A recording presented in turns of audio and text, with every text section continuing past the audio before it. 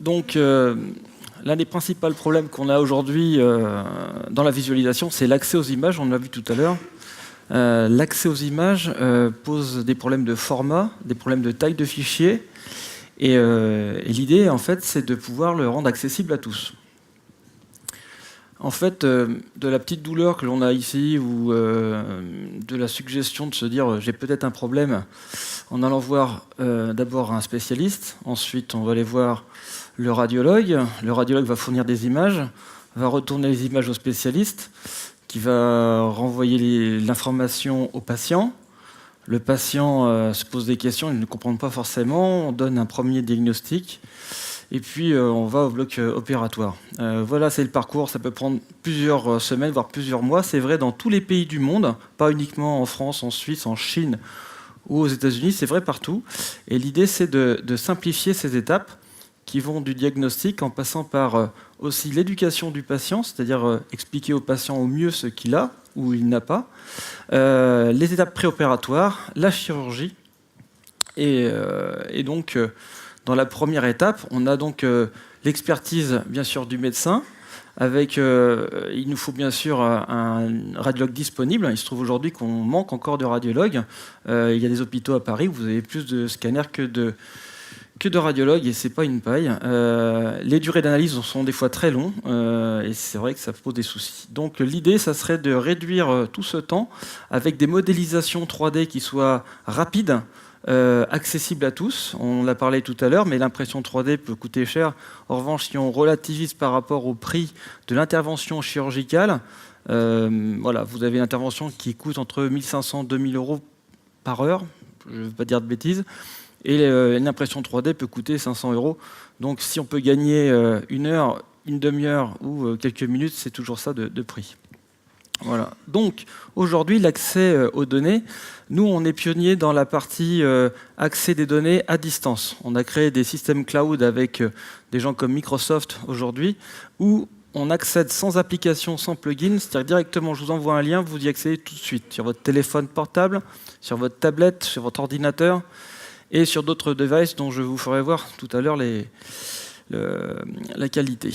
Donc, une fois qu'on a accès à l'image, on va pouvoir aussi envisager l'impression 3D. L'impression 3D, aujourd'hui, c'est assez démocratisé. Là, vous voyez l'exemple suivant, on imprime un maxillaire. Là, c'est pour de l'entraînement à la pose d'implant. Vous voyez, donc on imprime strate par strate, voilà.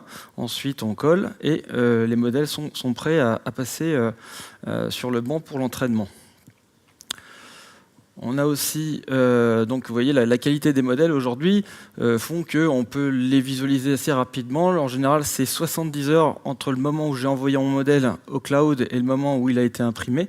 On peut aussi avoir du slice, comme ça, by slice, c'est-à-dire qu'en gros, je peux visualiser la tumeur en découpe, ce qui change de la partie radiologique. Ensuite, il faut bien sûr l'expertise pour le patient, lui expliquer ce qu'il a et quel traitement on va lui offrir. L'impression 3D, là encore, est intéressante parce qu'on a la sensation, on a l'objet à l'échelle 1 en général et on sait de quoi on parle. Là, par exemple, c'est pour une malformation assez sévère de la colonne vertébrale. On va pouvoir envisager la chirurgie et présenter au patient les différentes étapes qui vont conduire à résoudre son mal. Ensuite, il y a tout ce qui est la préparation de l'opération. Le souci, c'est toujours la même chose, c'est quelle stratégie envisager, le temps que cela peut prendre, les conversations entre les spécialistes. Si on a le même outil pour tout le monde, par exemple, là, c'est une impression 3D pour faire de la rhinoplastie. Là, c'est le docteur Emmanuel Rassi qui opère. Ça a l'air vraiment réaliste, hein. Certaines personnes tournent de l'œil en général en voyant ça. On a vraiment la sensation d'opérer et on est sur le patient à l'échelle 1. Ce qui est intéressant, c'est qu'aujourd'hui, il peut faire ses démonstrations devant du grand public sans amener un cadavre ou amener un sujet, évidemment. On peut faire des opérations, montrer les gestes et les techniques et les stratégies envisagées pour ce genre d'opération. Voilà, là ici c'est pareil, c'est pour l'entraînement de la pose d'implant. Ce qui est intéressant, c'est que la qualité des impressions est tellement importante. Si l'examen a été réalisé avec une très bonne résolution, vous avez vraiment la sensation exacte que vous rencontrez quand vous opérez. Ça va buter aux mêmes endroits, ça va craquer aux mêmes endroits. Si vous manquez de matière, c'est-à-dire qu'il y a une porosité de l'os, vous allez sentir la fragilité. Et donc là, on a parlé d'impression 3D. Mais ce que l'on peut faire aussi, pour le chirurgien, il veut accéder tout de suite à l'information. Il peut aussi directement passer à de la réalité augmentée. Tout à l'heure, on a vu le professeur Osman Ratib présenter une projection sur le patient. Et là, aujourd'hui, on a des nouvelles techniques qui permettent, grâce à ces lunettes que j'ai amenées ici et vous pourrez essayer tout à l'heure, effectivement, vous pourrez les essayer. Vous pouvez charger l'examen, c'est quasiment instantané. Et une fois que l'examen est chargé, on peut opérer un recalage sur le patient et voir ceci. Donc là, c'est une illustration. Évidemment, on n'est pas sur le vrai cœur, on n'est pas sur le vrai patient. C'est juste pour vous donner l'idée de ce qu'on est en train de développer aujourd'hui avec les chirurgiens, mais dans le monde entier. On travaille avec des gens comme Teraecon, General Electric, tous les groupes aujourd'hui qui fabriquent le matériel de radiologie pour pouvoir faire du recalage et avoir cette sensation de pouvoir voir à travers le patient, avec des C-arms, avec des CBCT, des specs et de la scintille. Alors l'image est impressionnante, mais quand vous avez les lunettes, je peux vous dire que c'est encore plus bluffant, mais vraiment. Et donc vous allez même pouvoir tester tout à l'heure la démonstration. Là en fait, je vous montre le parcours d'un patient réel. Vous voyez ici, j'ai une petite tumeur au niveau du zygomatique qui s'est produite. Et si je n'interviens pas, la tumeur va se propager dans l'œil et à ce moment-là, le patient va perdre la vue sur l'œil gauche. Donc, ce qu'on va faire, c'est qu'on va imprimer en 3D. Ça a été imprimé très rapidement. Vous voyez, il y a des codes derrière. C'est vraiment un processus aujourd'hui. C'est pas c'est pas de la science-fiction. Vous avez des patients, vous pouvez imprimer vos modèles. Dans les 72 heures, vous avez votre modèle. Et donc, le chirurgien, donc orthopédie, va pouvoir donc découper ces zones, les positionner, faire imprimer en titane la partie manquante et intervenir. La réduction du temps d'intervention est vraiment importante. Un modèle comme ceci peut coûter dans les 500 €, mais vous voyez, l'intervention a été vraiment réduite et on a une qualité, vous verrez, le modèle, vous pourrez le toucher, vous pourrez le voir, il est vraiment extrêmement réaliste. Donc on a à la fois accès à l'examen à distance et à la fois accès à l'examen en réel. Donc l'impression 3D, c'est plus pour la sensation, et la partie visualisation, c'est plus pour échanger et communiquer. Alors on va essayer de faire une démo live, comme on fait à Vegas. Alors je vais voir si ça fonctionne ici. Donc le principe est le suivant, j'allume les lunettes. Voilà. Normalement, la technique, on doit avoir un retour d'image. Ça ne devrait pas tarder. Hop. Donc je le mets sur le nez. Regardez bien comment je fais. Il y a une petite molette derrière pour recaler. Vous voyez ? Comme ça, quand vous l'essayerez tout à l'heure, vous serez déjà... Ah ben voilà, je vous vois. Donc vous voyez ce que je vois, en fait, je vois un menu devant moi. Vous voyez ? Et puis je peux scanner la scène. Et les détecteurs ici repèrent tout mon environnement. Du coup, tout est très, très, très stable. Donc là, je vais lancer l'application. Il y a une reconnaissance du geste. Vous voyez, je positionne la fenêtre. Et là, la fenêtre, elle ne bouge plus. Vous voyez ? Là, je peux tourner. J'ai mon écran. Je pourrais avoir aussi le contrôle, le rapport. Et je vais naviguer dans mes examens. Et je vais choisir un examen assez important. Il y a 7000 coupes. C'est un examen vraiment important. C'est un corps entier qui a été scanné à Marie-Lannelongue. Vous voyez ? C'est pratiquement instantané. Et en fait, le secret, c'est que rien n'est calculé dans les lunettes. Tout est calculé à distance. Donc c'est du cloud de calcul. Parce que mon travail, en fait, je ne suis pas médecin, je ne suis pas radiologue, je fais du calcul, en fait. Et vous voyez, là, je peux tourner autour du patient. Voilà. Je suis vraiment à côté de lui. Et il y a aussi une reconnaissance vocale, ce qui permet de me libérer les mains pour travailler ou faire autre chose. Et là, par exemple, je vais lui dire « move ». Ah.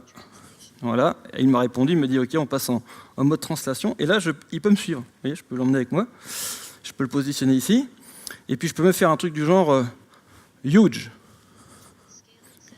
Et là, il devient énorme. Oh, il fait beaucoup trop grand. Oh. Reset scaling. Ouais, il faut avoir un bon accent, sinon ça ne marche pas. Reset scaling. Ouais, il ne veut pas m'écouter. Voilà. Alors ça, c'est un examen intéressant en orthopédie, mais je vais vous montrer un examen encore plus bluffant. Un examen de cœur qui bat, donc 15 phases cardiaques. Donc, la plupart des consoles de radiologie ne peuvent pas encaisser autant d'images. Et là, comme on calcule dans le cloud, on n'a pas besoin d'avoir un ordinateur puissant. Juste les lunettes, un bon Wi-Fi, et c'est parti. Voilà, donc là je vois le cœur, il est là, et puis je peux le faire tourner bien sûr.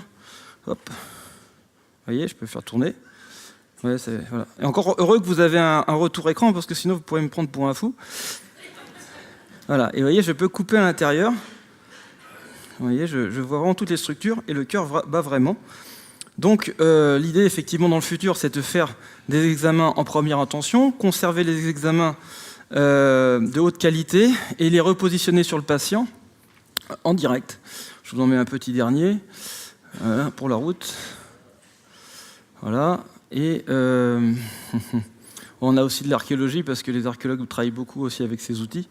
Donc là, la tumeur que je vous avais montrée tout à l'heure en impression 3D, on peut effectivement y accéder. Vous voyez, c'est ça. Là, je peux dire bigger, bigger. Zoom. Il faut juste qu'il m'écoute. Voilà, c'est plus facile. Voilà. Et voilà. Donc vous voyez, je vois tout à l'intérieur. Donc si vous voulez essayer les lunettes et puis toucher à l'impression 3D, ben, vous venez me voir tout à l'heure et je vous reçois avec grand plaisir. Merci.